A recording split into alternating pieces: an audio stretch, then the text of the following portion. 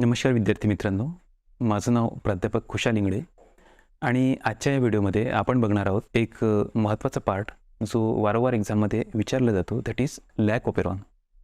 बऱ्याच विद्यार्थ्यांना या बाबतीत कन्फ्युजन होतं. That's why this effort is made to clear the phenomenon or the mechanism which is behind the lac operon. Lac operon म्हणजे नेमकं काय आणि हे कसं काम करतं त्याविषयी आपण या व्हिडिओमध्ये जाणून घेणार आहोत. तर सुरुवातीला जो आपला पॉईंट आहे दॅट इज लॅक ऑपेरॉन याविषयी आपण जाणून घेऊ की मुळातच लॅक ऑपेरॉनचा अर्थ काय आहे.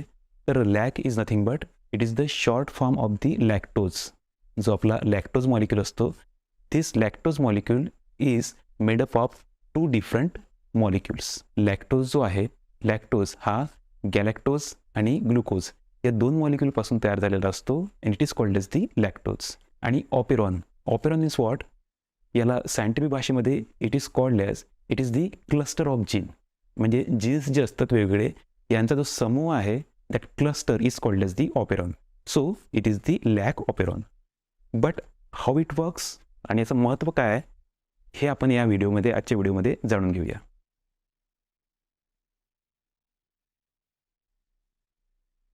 In 1961, Francois Jacob and Jacques Monod they published a paper to understand the concept of gene regulation. म्हणजे जीन्स नेमके कसे काम करतात, हाऊ दे रेग्युलेट देमसेल्फ हे समजण्यासाठी या दोघांनी काय केलं होतं, एक पेपर पब्लिश केला and both they explain about the phenomenon. आता हा जो लॅक ऑपेरॉन आहे हा कसा काम करतो हे आपण इथे बघूया. तर या ठिकाणी बघा, हा जो जीन आहे, the gene which is responsible for the regulation of the lactose. How it works? We will see here one by one. तर या ठिकाणी बघा की हा जो जीन आहे, या जीनमध्ये काही मेन ठळकपणे तुम्हाला जे दिसत आहे स्क्रीनवर, यामध्ये पहा की काही जीन्स आहे. यामध्ये we will start from the I. हा एक जीनचा पार्ट आहे, ठीक आहे. हा एक जीन आहे, that is I gene, I. Then the P stands for the promoter and O for the operator. So हे ओळीने एकानंतर एक येतात, दॅट इज आय, पी आणि ओ. हे झाले तीन वेगवेगळे जीन्स. या व्यतिरिक्त आय जो आहे, I is also the gene आणि आय जीन काय करतो आहे, after the transcription it forms one protein that is called as the repressor protein. म्हणजे आय काय करतो आहे, तर आय एक ट्रान्सक्रिप्शन घडवून, स्वतःचं ट्रान्सक्रिप्शन घडवून एक प्रोटीन तयार करतो आणि त्या प्रोटीनला आपण म्हणतो आहे repressor protein. Now this repressor protein will bind with the region that is O and O stands for the operator. म्हणजे आयजीन जर एक्सप्रेस होत असेल तर आयजीन काय तयार करेल, it will produce the protein. That protein is called the repressor protein. Why it is called the repressor protein? Because की हे जे प्रोटीन आहे, this protein binds with the operator आणि ऑपरेटरला जर बाइंड झाला तर उर्वरित जे तीन जीन्स आहेत that is gene Z, gene Y and gene A, हे जे तीन जीन्स आहे या तीन जीन्सचं एक्सप्रेशन होऊ शकत नाही. इट मीन्स दॅट की these three jeans can not be undergo transcription. आणि ट्रान्सक्रिप्शन होत नसेल तर obviously translation will not be carried out. आणि ट्रान्सलेशन होत नसेल it means that protein will not form the respected protein which is form from this three jeans. Clear? आता पहा, normally काय होतं की बॅक्टेरिया जे असतात, स्पेसिफिकली आपण हे बघू की हा जो लॅक ऑपेरॉन आहे, this is the classic example of an inducible enzyme system occurs in E. Coli. आणि हा जो लॅक ऑपेरॉन आहे हा आपल्याला मदत करतो that how the control of gene expression occurs with in the bacteria. आणि याच पद्धतीनं आपल्याही means in case of the eukaryotic cells also that how the gene undergoes the in controlled way of the gene expression it can be studied with the help of this example. आता जे मी तुम्हाला आधी सांगितलेलं होतं की यामध्ये काय आहे, तर यामध्ये जे तीन जीन्स आहेत that is gene Z, gene Y and gene A. हे तीन जीन्स जे आहे these are present in a cluster. ठीक आहे. या तीनही जीन्सचा आपापला स्वतःचा वेगळा प्रमोटर नसून there is a only single promoter is present, right, as you can see in this diagram. तुम्ही डायग्राममध्ये बघू शकता की या तीनही जीन्सचा काय आहे, एकच प्रमोटर रिजन आहे. आणि if the RNA polymerase binds with that promoter region, what will happen, that it will transcribe the this whole region that is gene Z, gene Y and gene A. आता gene हे ते तीन jeans आहे, हे काय तयार करतात तेही आपण इथे बघूया. तर जीन झेड जो आहे, gene Z undergoes the transcription, it forms the protein and that protein nothing but it is called as the beta galactosidase. म्हणजे जीन झेड जो आहे हा एक एन्झाईम तयार करतो, that is called as the beta गॅलेक्टोसाइडेस.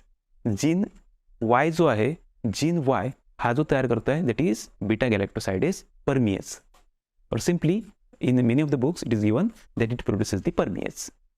आणि जो लास्ट जीन आहे that is gene Y, that is gene A, it produces the enzyme that is called as the trans ॲसिटिलेस.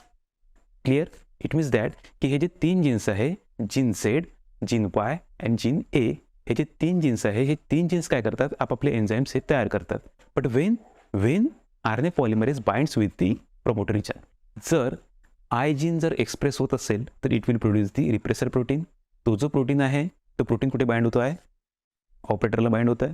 आणि अशा वेळेस काय होईल, operator will block the area of the promoter. It means that की no any RNA polymerase can bind with the promoter region. म्हणजे RNA polymerase जो आहे हा RNA पॉलिमरेज प्रोमोटर रिजनला बाइंड होणार नाही तोपर्यंत, जोपर्यंत रिप्रेसर प्रोटीन जो आहे it is attach or present over the operator region. आणि हे 3 जीन्स जे आहे, this 3 genes can not undergoes the expression. Now as I said की बॅक्टेरियाच्या सभोवताल जर का ग्लुकोज असेल, if the glucose molecule is present in abundant amount, what will happen that this condition occurs. Because की बॅक्टेरिया जो आहे दॅट इज ई कोलाय काय करेल की सराउंडिंगमधला जो की ग्लुकोज आहे that bacteria will utilise that glucose within its cytoplasm. For which purpose? It will carry out the glycolysis. तो glycolysis run करेल and through the glycolysis that it will produce the ATP, means that is the energy. But आता problem तेव्हा होतो की ज्या वेळेस सराउंडिंगमध्ये, आसपासच्या एरियामध्ये किंवा त्याचं जे की सराउंडिंग आहे that surrounding does not contain any type of the glucose. At that time what will happen, now at that time this condition will be switch on to this lac operon. मग त्यावेळेला lac operon काम करेल. So keep it in mind that की lac operon केव्हा काम करेल, ज्या वेळेस सराउंडिंगमध्ये ग्लुकोज हा नसेल. सराउंडिंगमध्ये ग्लुकोज नाही आहे, बट सराउंडिंगमध्ये काय आहे तर सराउंडिंगमध्ये आहे lactose. And I already told you that की लॅक्टोज जो आहे हा 2 मॉलिक्यूलपासून बनलेला आहे, that is glucose and the galactose. But bacteria have to split this lactose molecule into the 2 molecules, that is glucose separate आणि गॅलॅक्टोज हा सेपरेट. सो अशा वेळेला हा काय करेल तर आतमध्ये सायटोप्लाझममध्ये जो लॅक्टोज आहे that lactose will be used by this E coli. But how ते आपण या ठिकाणी बघूया की नॉर्मली जर ग्लुकोज प्रेझेंट असेल तर काय होईल, हा जो रिप्रेसर प्रोटीन आहे this repressor protein binds with the operator and there is no transcription of the gene Z Y and the A. But imagine करा की जर ग्लुकोज नाही आहे, अशा वेळेस काय होईल की जो सायटोप्लाझममध्ये जो ऑलरेडी लॅक्टोज प्रेझेंट आहे that lactose will bind with that repressor protein. आणि रिप्रेसर प्रोटीनसोबत जर जो लॅक्टोज बाइंड होत असेल so it will carry out the conformational change in that repressor protein आणि repressor protein can not bind with the operator. It means that की तो जर का ऑपरेटरला बाइंड होत नसेल that is repressor protein, so what will happen, अशा वेळेला RNA polymerase can bind at the promoter region. आणि जर का RNA पॉलिमरेज बाइंड होत असेल प्रोमोटर रिजनला, it means that it will carry out the transcription of this 3 consecutive genes, gene Z Y and A. So ज्यांना जर ट्रान्सक्रिप्शन करत असेल RNA polymerase, it means that it will form a single mRNA, because की हे सगळे jeans जे आहे दे आर कॉन्सिक्युटिव्ह, एकामागून म्हणजे एकाला एक ते लागून आहेत असे, these are the consecutive jeans. ठीक आहे, and that's why it is called the operon also, कारण की ते क्लस्टरमध्ये आहेत. सो त्यापासून एक जो mRNA तयार होईल that single mRNA will contain the codon of all these 3 genes. अशा वेळेला आपण त्याला पॉलिसिस्ट्रॉनिक mRNA असं म्हणतो. पॉलिसिस्ट्रॉनिक का बरं, बिकॉज की या एकाच mRNAमध्ये 3 वेगवेगळ्या जीन्सचे काय आहे सिक्वेन्सेस या ठिकाणी प्रेझेंट आहे. सो हा जो पॉलिसिस्ट्रॉनिक mRNA आहे, या mRNAचं काय होईल, after this formation of this polycistronic mRNA of this 3 genes it undergoes the translation. So obviously after the translation 3 वेगवेगळे प्रोटीन्स तयार होतील.